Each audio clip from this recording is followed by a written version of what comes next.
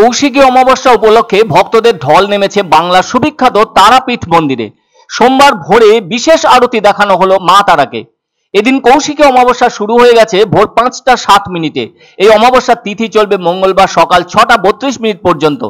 মন্দির কমিটির আশা এবছর 4 থেকে 5 লক্ষেরও বেশি পুণ্যার্থী আসবেন তারাপীঠ মন্দিরে। আর সেই উপলক্ষে সেজে উঠেছে সমগ্র তারাপীঠ।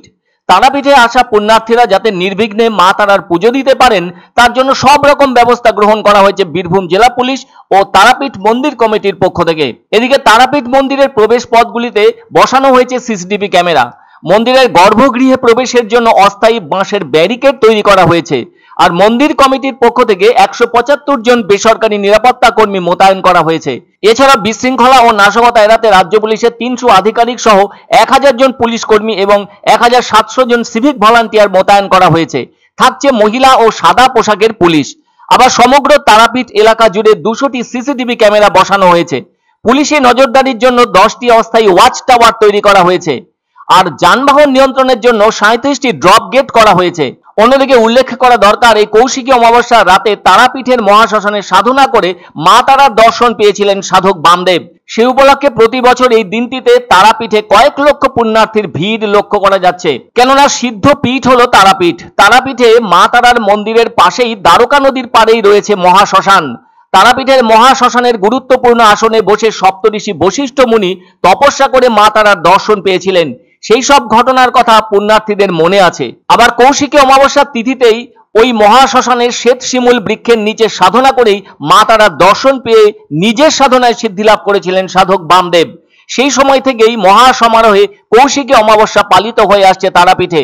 দেশের বিভিন্ন প্রান্ত থেকে এই তিথি উপলক্ষে তারাপীঠের মহাশ্মশানে তন্ত্র সাধনা করতে আসেন বড় বড় তন্ত্র সাধক। একাধিক যজ্ঞকুণ্ড লক্ষ্য করা যায়। মা তারার দর্শন পেতে এবং সাধনায় সিদ্ধি লাভ করার আশায় তারাপীঠে এসে ভিড় জমিয়েছেন তন্ত্র সাধকরা। আর এমন দৃশ্য প্রত্যক্ষ করতে লক্ষ লক্ষ পুণ্যার্থীও এসে থাকছেন এখানে। কোষ থেকে জন্ম হয় বলেই তার নাম কৌশিকী। তন্ত্র মতে এই রাতকে তারারাত্রিও বলা হয়ে থাকে। তবে এই দেবী হলেন আদ্যাশক্তি মহামায়ার এক রূপ। তিনি এই কৌশিকী অমাবস্যাতেই শুম্ভ ও নিশুম্ভ নামে দুজন অসুরকে পরাস্ত করেছিলেন।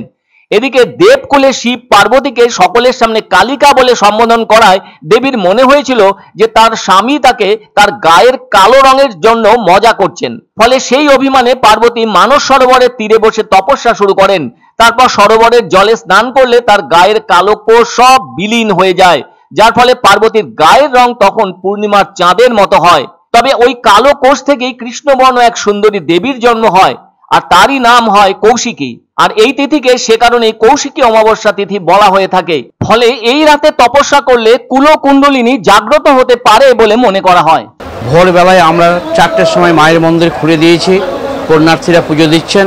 মানে 5টা 5-এ অমাবস্যা লেগেছে। আগামীকাল সন্ধ্যা 6টা 29 পর্যন্ত, সকাল 6টা 29 পর্যন্ত অমাবস্যা থাকবে।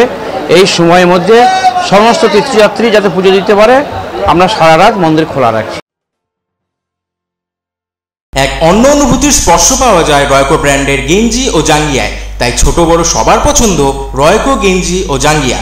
প্রস্তুতকারক জয়মনি হোশিয়ারি, কলকাতা। আনন্দ সংবাদ, আনন্দ সংবাদ।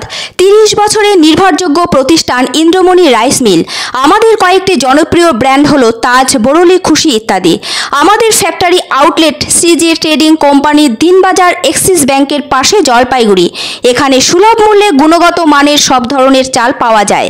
Phone number 9547029475।